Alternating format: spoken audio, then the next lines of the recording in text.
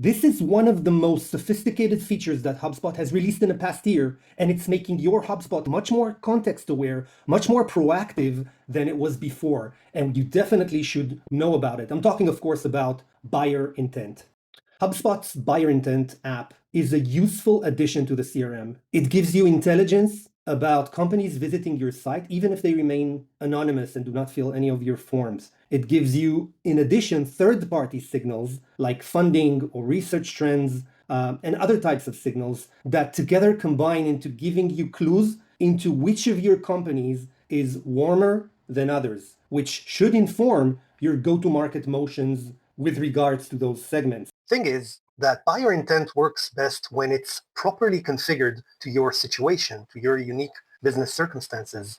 It's not just a passive app sitting there and collecting data. At default it is, but to get the most out of it, you need to know a few things. And it's not just the configuration screen, although that's a big part of it.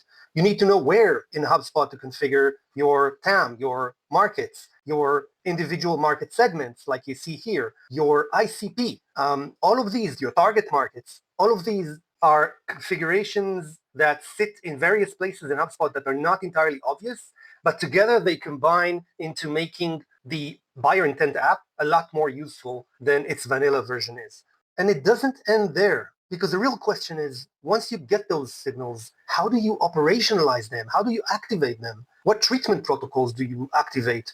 How do you make sure that the people that you have data for the people in those companies, that you are approaching them with the right messaging, with the right protocol? All of these considerations are things that you need to think about beyond just configuring the screen, which is the easy part. And that's exactly what our job, our buyer intent job to be done in HubSpot is meant to do, to help you think, conceptualize what you want to achieve with this feature, and then activate and operationalize it so you realize the maximum value from it.